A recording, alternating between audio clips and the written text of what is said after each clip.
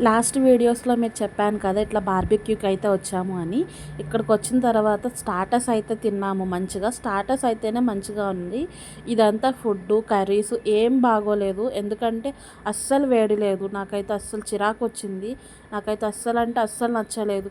నేను ఫుడ్ కొంచెం పెట్టుకుని అయితే తీసుకెళ్ళానుగా, నాకైతే నచ్చలేదు. బట్ చూడ్డానికి చూడండి ఎంత మంచిగా ప్రిపేర్ చేశారో దీంట్లో.